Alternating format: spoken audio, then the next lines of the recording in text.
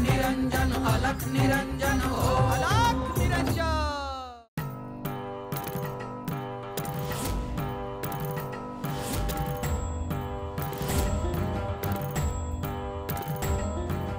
अलख निरंजन अलख निरंजन अलख निरंजन हो अलख निरंजन अलख निरंजन अलख निरंजन अलख निरंजन हो अलख निरंजन।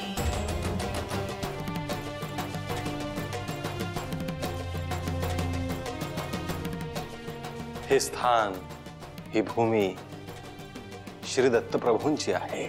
इथे ते सदैव वास करतात।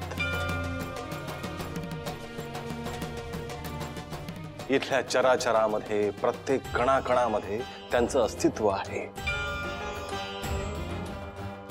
परंतु स्थान महात्म्य हे देखील महत्वाचं आहे।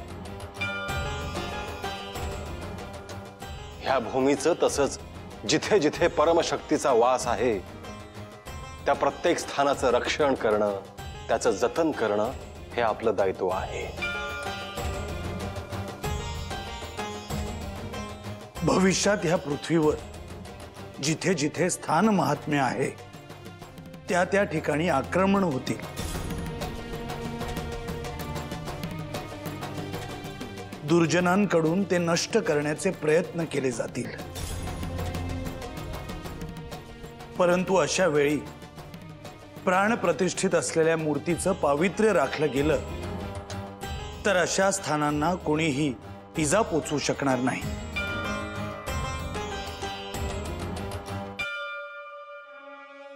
गुरुदेव, मला वाटतं अशा पवित्र ठिकाणी आरती, हवन, पूजा, भंडारा, नैवेद्य हे सगळं होत असताना त्याच्या रक्षणासाठी केवळ सातत्याने पूजन होणे उपयोगाचे नाही। तिथल्या उपासकांनी त्या रक्षणाचे दायित्व घ्यायला हवे। ही जबाबदारी सगळ्यांची राहील। मलाही आपले म्हणणे पटले आहे गहिनीनाथ। प्राण प्रतिष्ठेच्या अवतीभोवती असलेले देवतांचे गण, उपदैवत हे त्या स्थानाचं रक्षण करतीलच, परंतु या भूमीत, या स्थानात, मूर्तीत पावित्र्य राखणे ही आपल्या सगळ्यांची जबाबदारी आहे।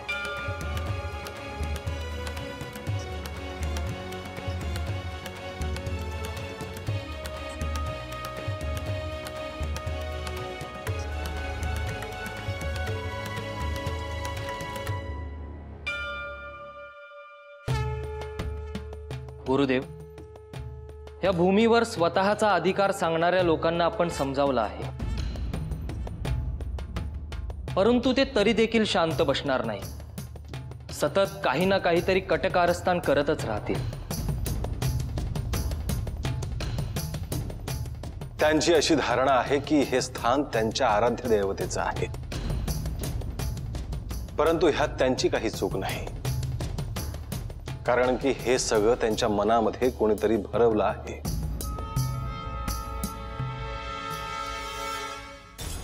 परंतु गुरुदेव, ह्या वादाचा शेवट कधीच होणार नाही का? चिंता करू नकोस नागनाथ, फार काळ हा वाद काही टिकणार नाही, कारण त्याला कसलाही आधार नाही। इथल्या लोकांच्या मनामध्ये असलेला अहंकार आणि गैरसमज लवकरच दूर होईल।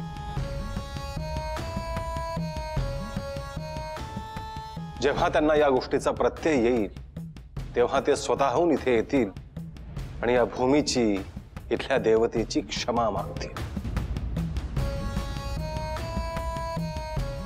शस्त्र उचलल्यावर काय होऊ शकतं याचा प्रत्यय आपण त्यांना दिला आहे। त्यामुळे आता युद्ध, आक्रमण हे सगळं करण्याची ते चूक करणार नाहीत। आपण प्रतीक्षा करू, त्यांच्या बुद्धीमध्ये असलेला भेद लवकरच दूर होईल। ह्या भूमीवर सर्व लोकांनी आपापले धर्म, पंथ, जाती विसरून एकत्र यावं आणि इथे फार मोठा उत्सव व्हावा हे आपलं सर्वांचं स्वप्न आहे.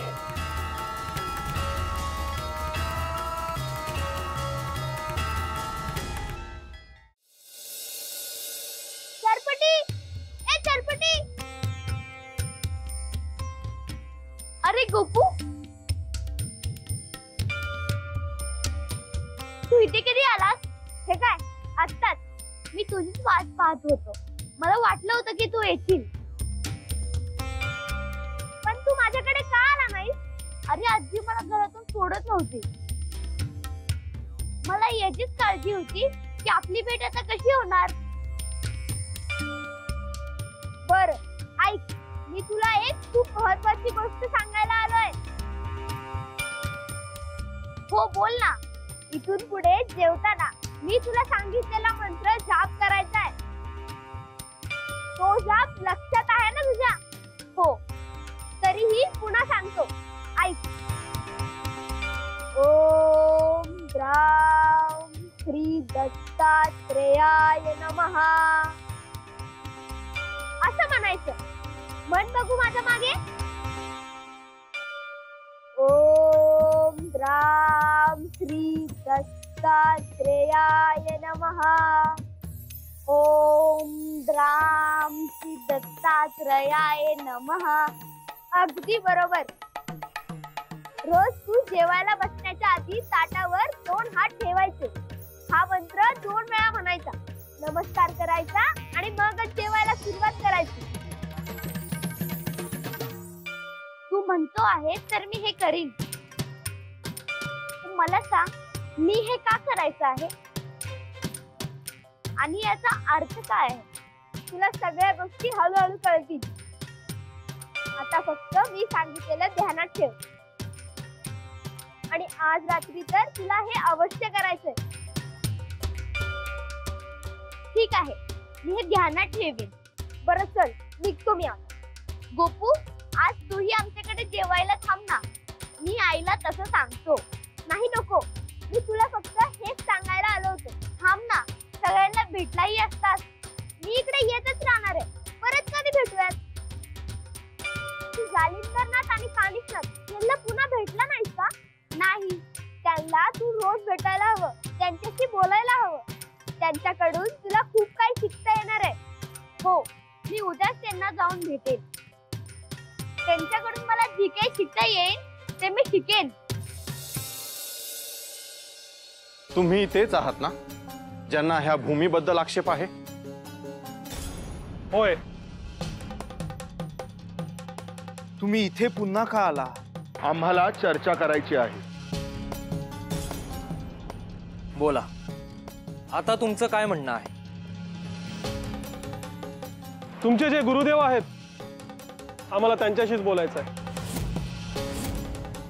गुरुदेवांशी तुम्ही ह्यापूर्वीही बोलला आहात.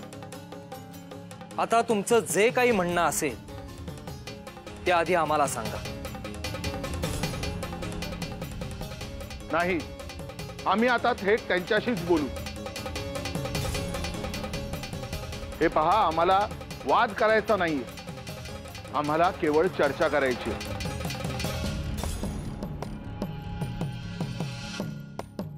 ठीक आहे नागनाथ, तू ह्यांना गुरुदेवांपाशी घेऊन जा. तुम्ही दोघेच जा. शिवालयात गर्दी नको. तुम्ही माझ्यासोबत चला, परंतु तुम्ही मंदिराच्या मुख्य प्रवेशद्वाराजवळ थांबा. मी आधी गुरुदेवांना कल्पना देऊन येतो की तुम्ही दोघे आला आहात आणि मग तुम्हाला बोलावतो. ठीक आहे, तुम्ही माझ्यासोबत चला.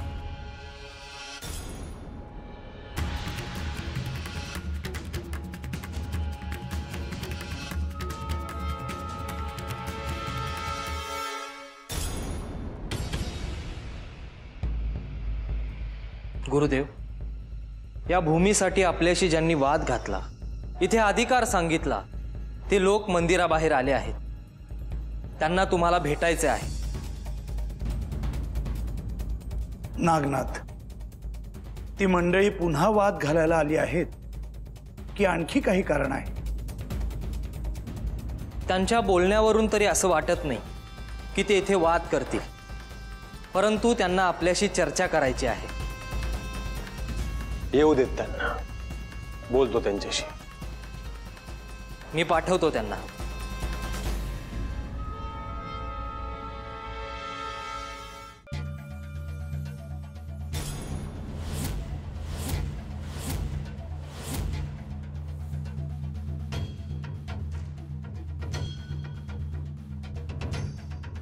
बोला, तुम्हाला जे काही गुरुदेवांशी बोलायचं आहे ते बोला.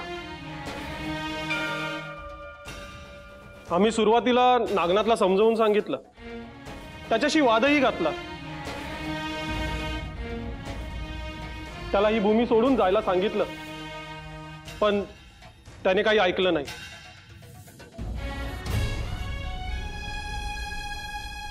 आणि मग तुम्ही इथे आलात.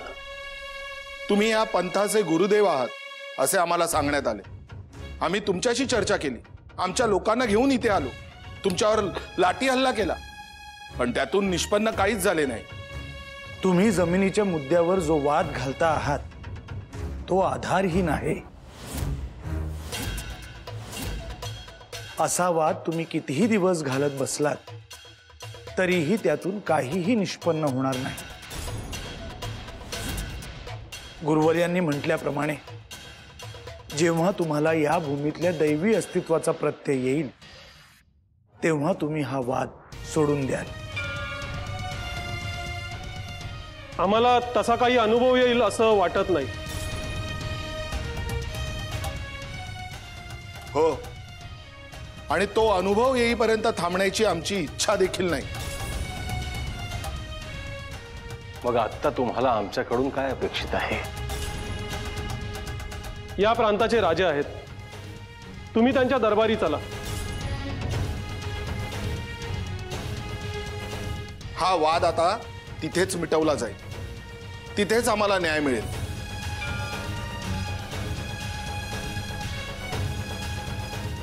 म्हणजे तुमचं असं म्हणणं आहे की हा निर्णय आता राजदरबारी होईल असं? होय, त्याशिवाय आता दुसरा पर्याय नाही. ठीक आहे. तुमच्या म्हणण्याप्रमाणे इथली जी काही सत्यता आहे ते तुमच्या राजासमोर मांडा. हो, पण केवळ मी एकट्याने किंवा आम्ही दोघांनी तिथे जाऊन काही उपयोग नाही. तुम्हालाही तिथे यावं लागेल. तुर्तास तुम्हाला जे काही वाटतं ते तुम्ही तुमच्या राजासमोर मांडा. तुमच्या वतीने तुमचं जे काही म्हणणं आहे ते तुमच्या राजाला समजावून सांगा. नंतर योग्य वेळ जेव्हा येईल तेव्हा आम्ही आमच्या पद्धतीने, वेगळ्या पद्धतीने आमचं म्हणणं मांडू. अहो, दोन्ही बाजूनी एकाच वेळी म्हणणं मांडलं गेलं पाहिजे, नाहीतर न्याय कसा होईल? हो,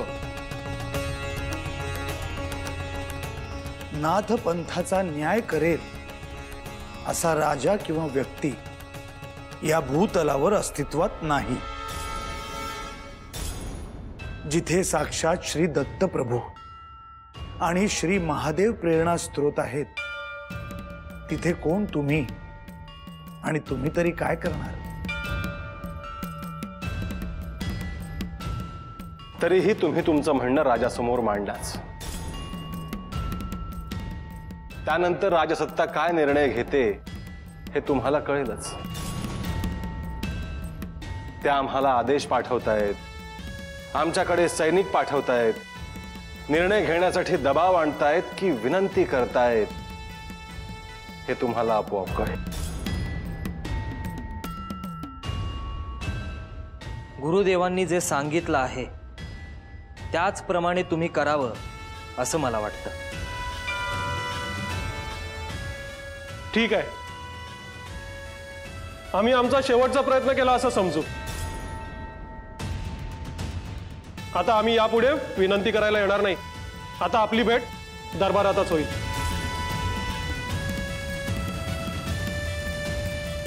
एक गोष्ट लक्षात ठेवा, आम्ही आमची भूमी ताब्यात घेतल्याशिवाय शांत बसणार नाही.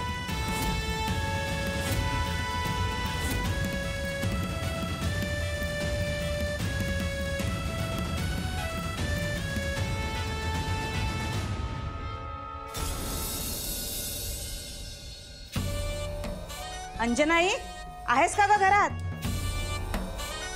ये ये ये, मी तुझीच वाट बघत होती.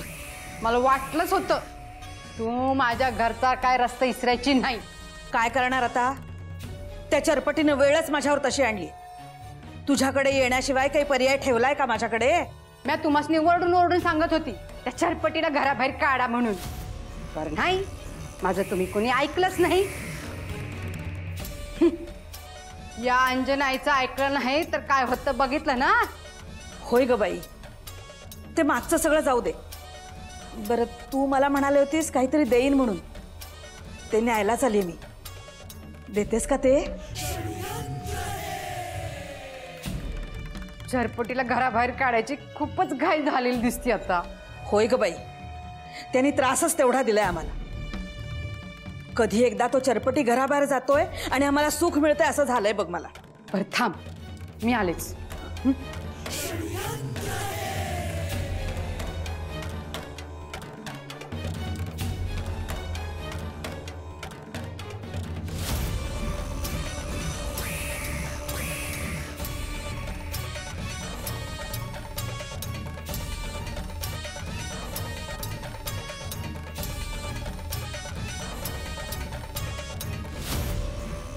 ही घे मुळी, ही चरपटीच्या जेवणात घालायची. बाकी कुणाच्या जेवणात जाता कामा नाही, हे लक्षात ठेव. मग बघ काय होतंय ते. चरपटी स्वतःहून घराबाहेरच काय अक्षर गावाबाहेर जातोय की नाही बघत. बरं झालं बाई तुम्हाला हे दिलंस. आता तुझे सांगितलंयस ना ते आजच करते बघ मी. वय तुझं काम आज होणार बघच तू. पण तुझं काम झालं की मला इसरायचं नाही. लुगडं चोळी दागिना करतेस म्हणली होतीस ना. ते कसं विसरेन मी? दिलेला शब्द मोडत नाही सुलक्षणा. पण माझं हे काम झालं ना की नक्की हे सगळं मी करणार. चल येते आता.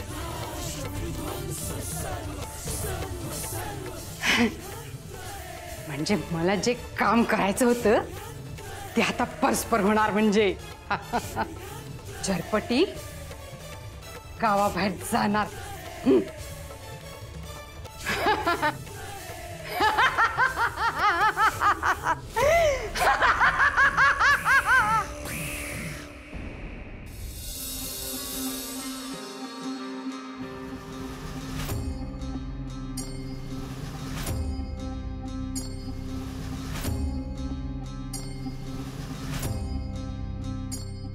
गुरुदेव, आपण चरपटीला काहीतरी उपयोगी द्यायला इथे आलो आहोत. आपण त्याला काय आणि कधी द्यायचं? मी माझ्याकडे असलेले अग्नी तत्व त्याला देईन. त्याला आवश्यकता असेल तेव्हा तो देवांचे सहाय्य घेऊ शकतो. गुरुदेव, यापेक्षा उत्तम भेट असूच शकत नाही. दुष्टांचे निर्दालन करायचे असेल तर प्रत्येक नाथ हा अस्त्रशस्त्रांनी सज्ज हवा. आणि चरपटी बाल स्वरूपात आहे, त्याला आता त्याची आवश्यकता आहे. गुरुदेव, मी त्याला काय देऊ हे माझ्या ध्यानात येत नाही. तुझ्याकडे जी अजस्त्र शक्ती आहे त्यातला अंश दे.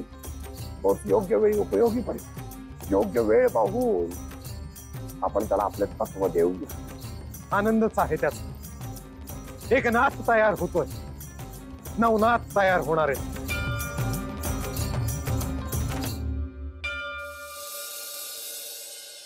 गुरुदेव, जालिंदरनाथ आणि कानिफ हे चरपटीला भेटायला गेले आहेत. चरपटीला त्याच्या मूळ रूपाचं दर्शन घडून देण्याचं दायित्व आपण त्या दोघांवर सोपवलं आहे. परंतु तरीही अद्याप त्या दोघांकडनं काही संकेत आला नाही. जालिंदर आणि कानिफ चरपटीला भेटले आहेत गोरक्षा. आपण ठरवल्याप्रमाणे त्यांनी नारद मुनींची आणि चरपटीची भेट देखील घडवून आणली. आणि आता साक्षात नारद मुनी बालरूपात चरपटीचा सखा म्हणून त्याच्यासोबत राहत आहेत. ही अद्भुत अशी घटना आहे गुरुदेव. साक्षात एक देवता नाथाचा सखा बनून त्याच्या सोबत राहते आहे.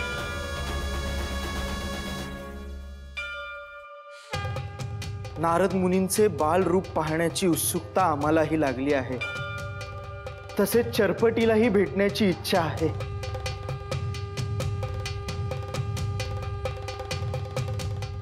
गुरुदेव, या निमित्ताने मला माझे बालपण आठवले.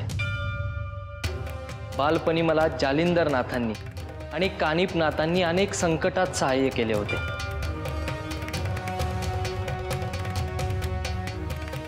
आजवर प्रत्येक नाथाचं बालपण हे प्रतिकूलतेतच गेलं आहे. त्यामुळे तीच प्रतिकूलता चरपटीच्या वाट्याला देखील येणार आहे.